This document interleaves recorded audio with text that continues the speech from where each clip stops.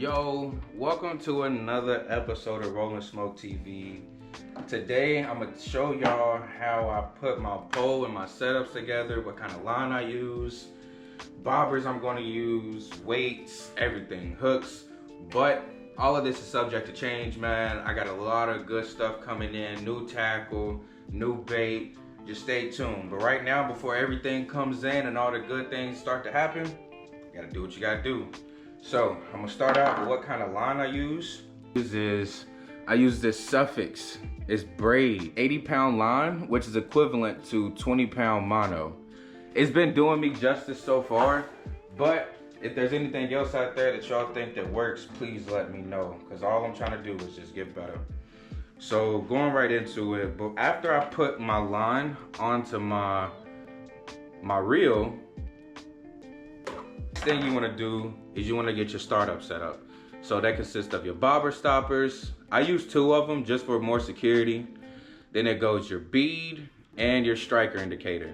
So this just lets you know if you're sitting upright, how deep you'll be fishing, stuff like that. So after you put those 2 on, you want to thread everything through your bobber. This is the bobber that I'll be using for right now. Like I said, I'll be getting new tackle, new bobbers, some just great things coming along. But right now, you gotta do what you gotta do, you feel me?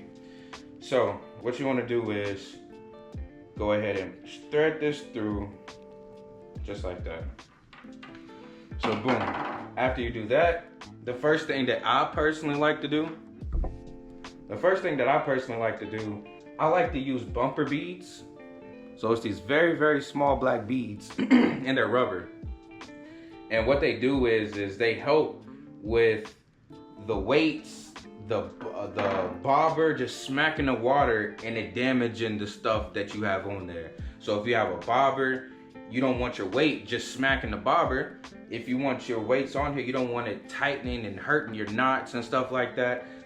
So use the bumper beads, they're rubber, and use those so that you don't damage your tackle and everything so fast. Because one thing you have to realize, you have to change up your tackle every once in a while, whether it's you changing your line, whether it's you changing your weights, your hooks, especially your hooks.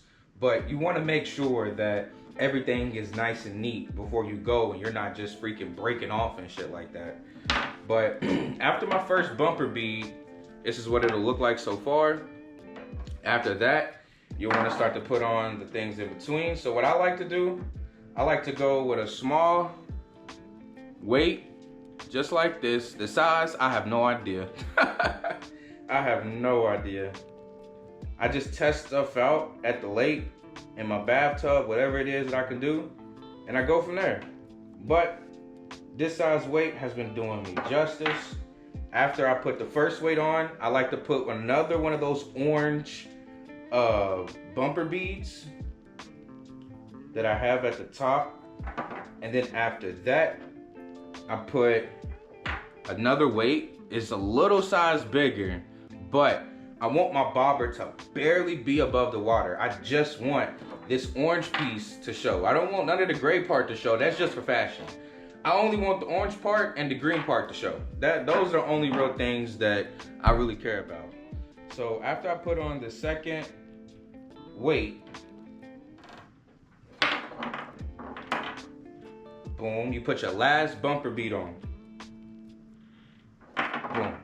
So this is what it'll look like with that. You'll have your bumper bead, weight, the orange bead, weight, bumper bead. So that's what I do. You know, there's a lot of different ways that people use to goddamn build their setups. So after that, I want to put my swivel on.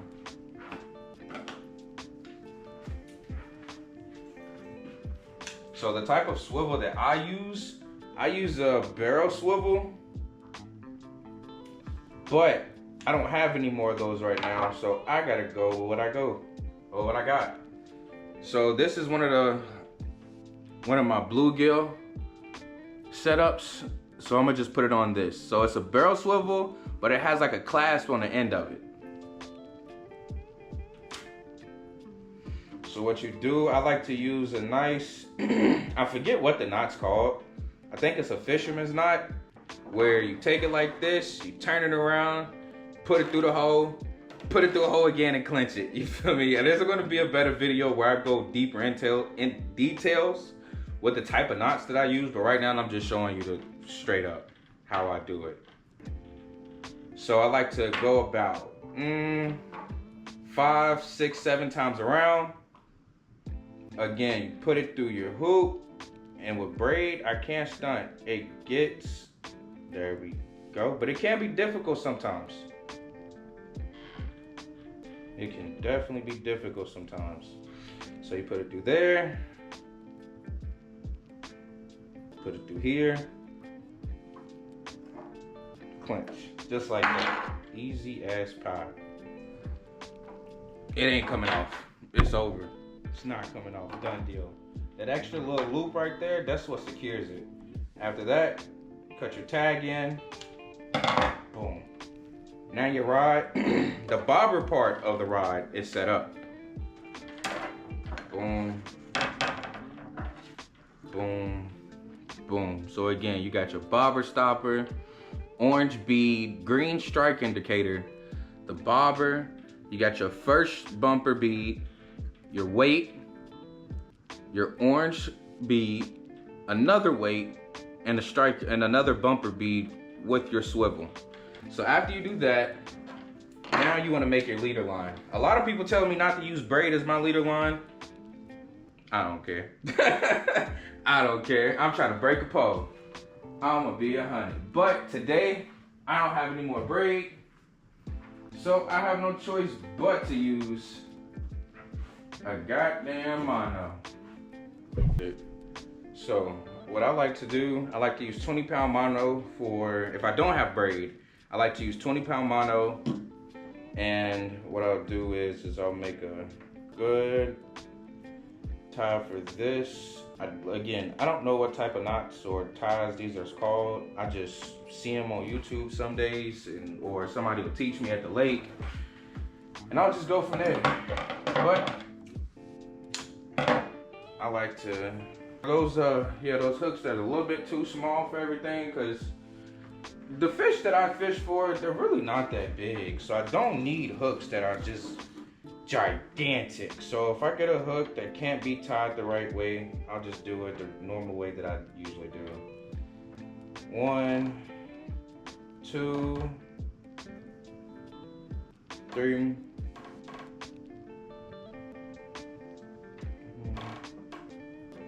So about 6 times. Bring it through.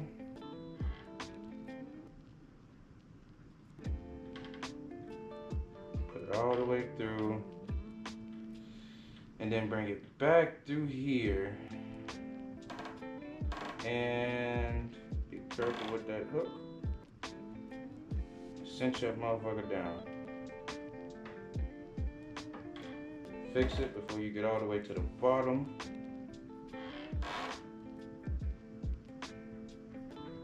And then go from there.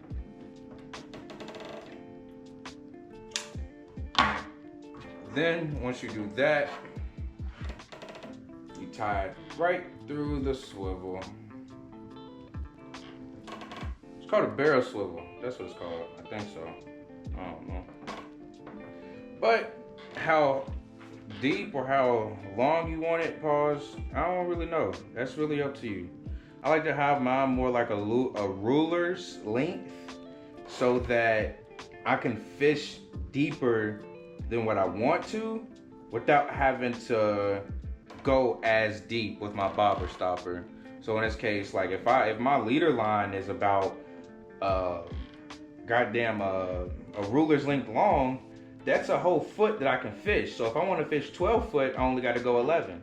If I want to fish 11, all I got to go is 10. So on and so forth.